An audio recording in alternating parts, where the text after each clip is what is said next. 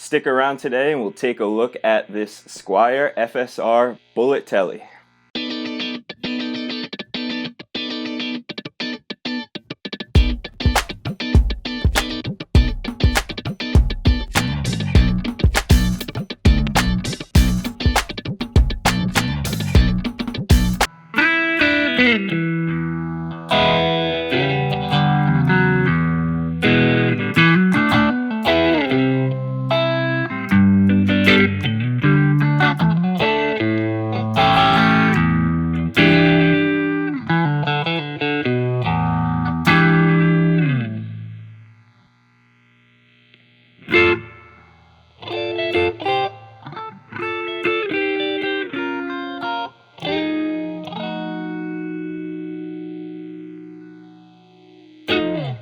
What's up, everybody, and thank you for joining me here at the Overdrive Guitar Channel. If it's your first time, welcome. If you've been here before, welcome back.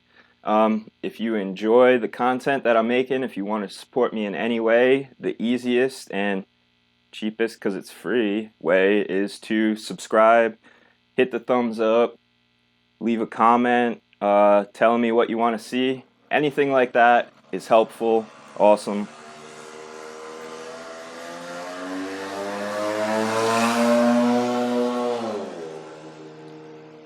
One more thing to get out of the way, I'm going to be kind of reviewing this guitar. Obviously I'm a super small channel, but I have to say I'm not affiliated. This product was not provided. I wasn't promised anything for my review or for anything I say, anything like that. You know what I mean. So, one more thing also before I get into it that I'm going to mention. Kind of a little benefit that I wasn't even thinking of and I didn't realize until I kind of just popped into my head the other day.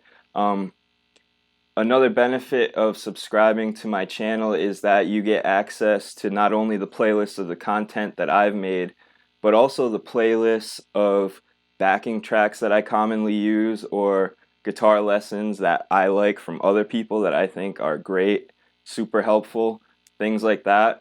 So basically, if you're out there looking for useful lessons, if you subscribe to my channel, it's kind of a shortcut. I've kind of done some of the work and picked out some of the really good lessons and a lot of backing tracks especially that I feel are very constructive to play over.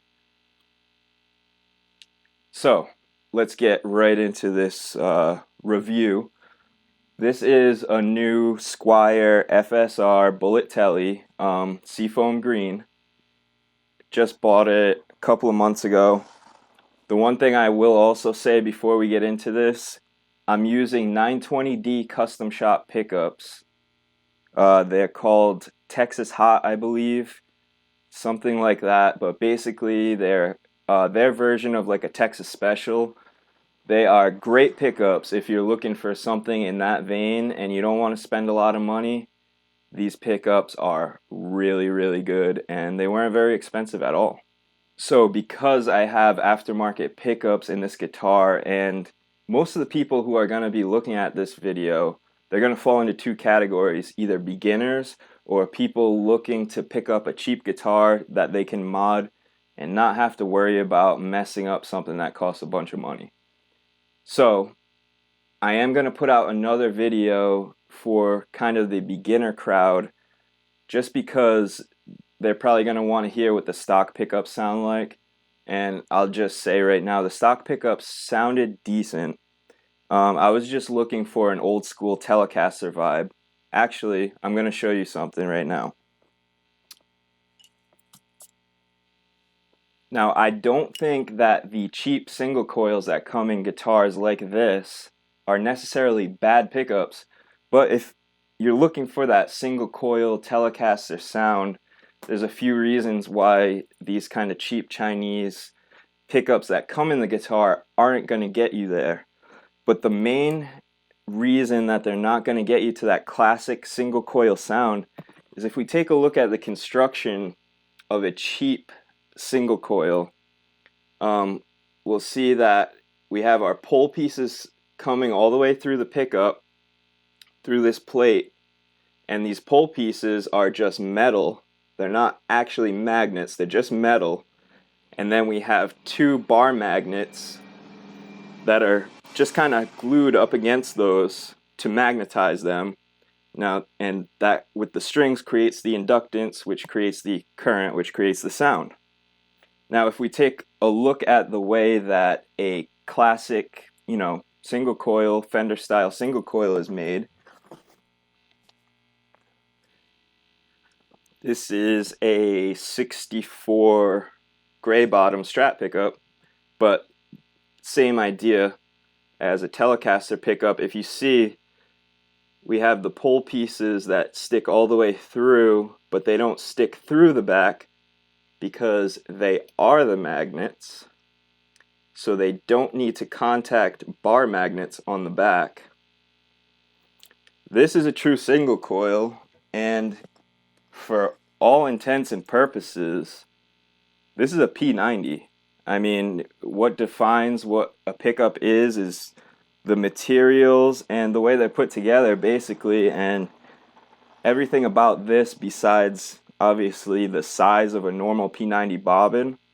The construction is pretty much P90, and you get that. It comes through with the stock pickups. And I don't think that's a bad sound. I love P90s, but I was after the classic Telecaster sound. That's why I changed the pickups.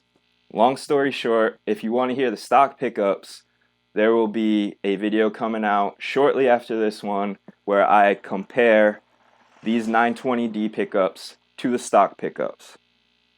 Because of that, I am also going to kind of answer my question of is it worth it at the end of this video in two ways. And the first one is for beginners who are looking for their first guitar. Is it worth it to just go and grab one of these?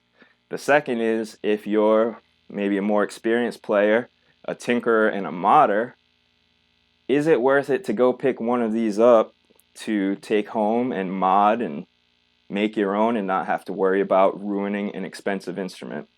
So I'll answer those questions. Let's get to it. So for the most part, we're not going to find too many surprises on the guitar, so this should be fairly quick. We start with just your basic Telecaster shaped headstock,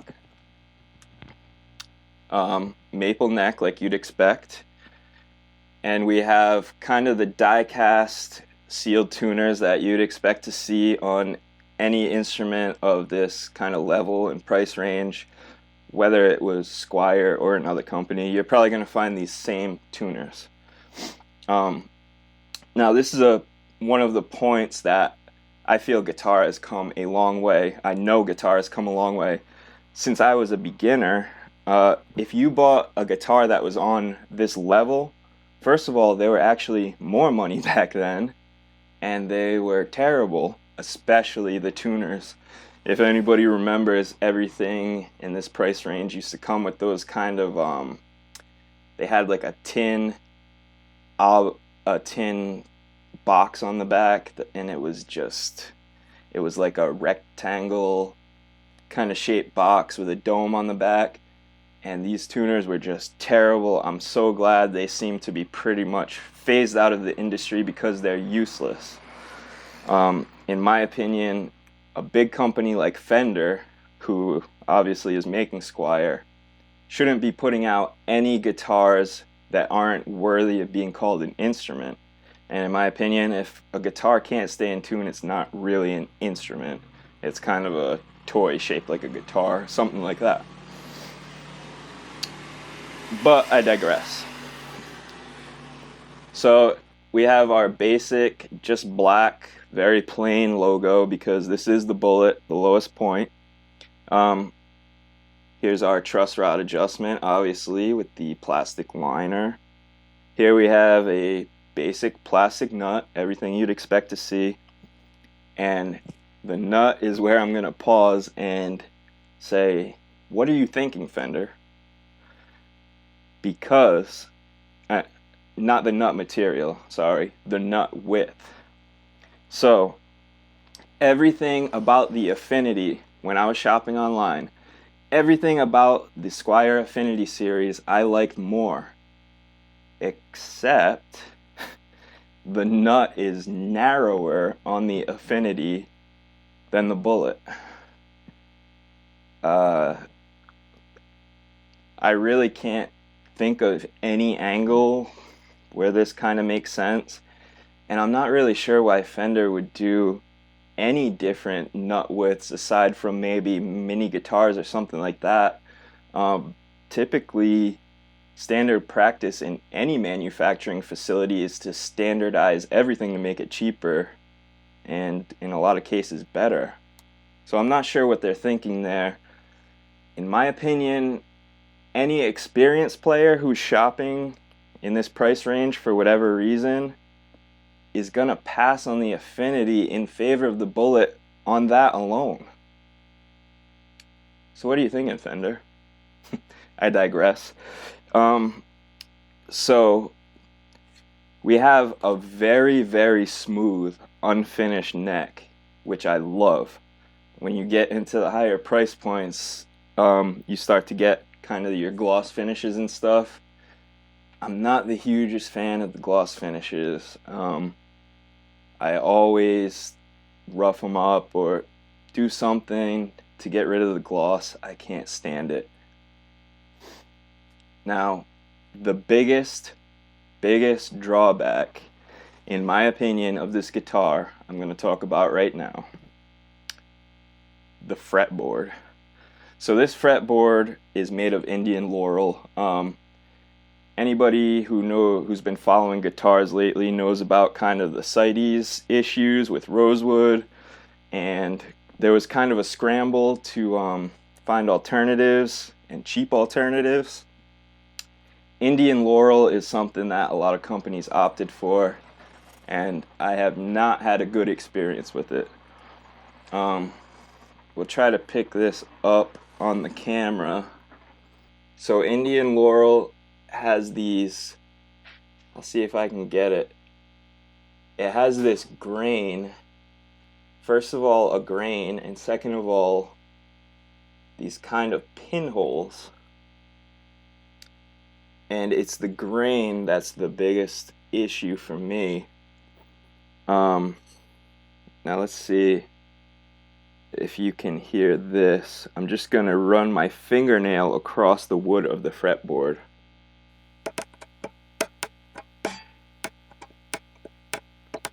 And you can hear how incredibly rough that is.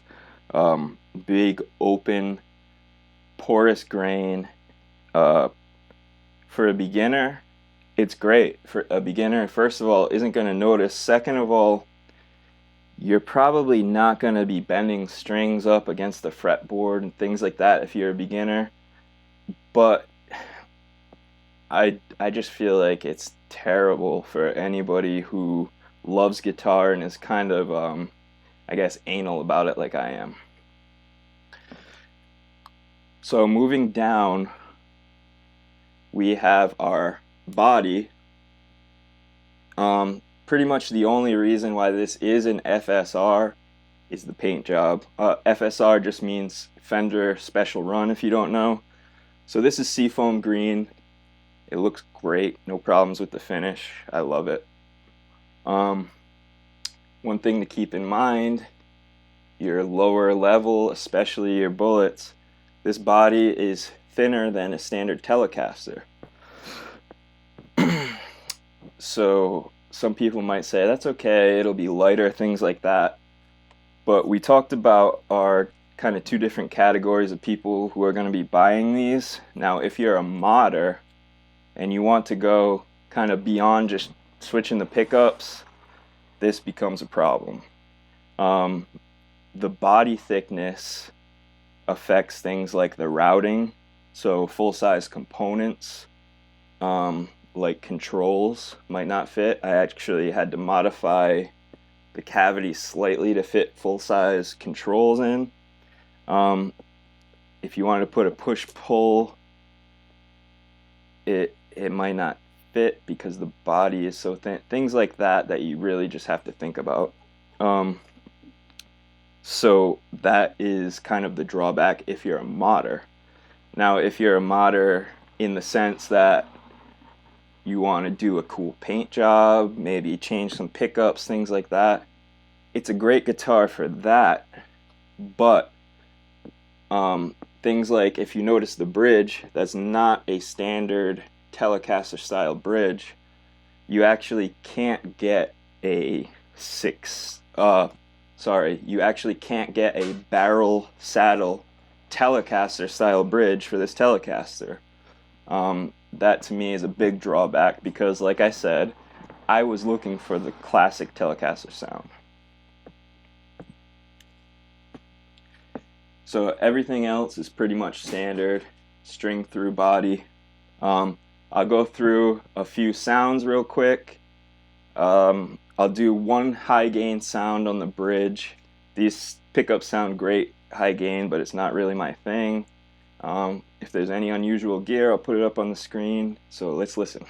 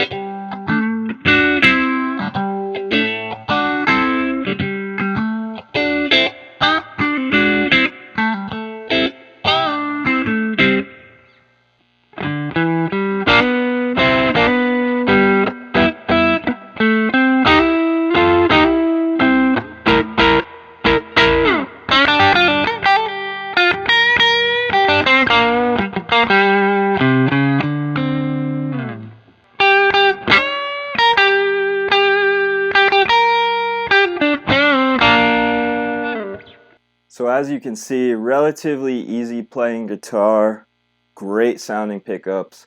I'll have the other video up soon comparing the pickups, but that big question that we're all wondering, is it worth it? First category, probably the most people that are watching this, if you're a beginner, you want a first guitar, you want it to be decent, you don't want any regrets, you want it to be worth the money. Is it worth it? Absolutely. So this guitar is $180 normal price. Don't pay normal price. They have sales constantly, pretty much every holiday. This was $120 when I got it. That's a normal sale price, typical of any big holiday, any event they have. Just be patient if it's listed as more. So for our second category, if you're a modder, you want to get into this thing, you want to maybe change the frets, get some crazy electronics going, maybe some different pickup options, is it worth it? No. And I'm going to say no because you can't get standard hardware for this thing, and if you buy standard hardware and attempt to make it work, I haven't tried it, but obviously you're going to come up against some issues. To me, just not worth it, especially with Fender's they have a guitar in every price point, and you don't have to go far up to find a guitar that standard parts will fit on. So if you're a heavy modder, if you're looking to go past kind of cosmetics, it's not worth it in my opinion. Hope that was helpful. If it was, please hit thumbs up, subscribe. It would help me greatly to be able to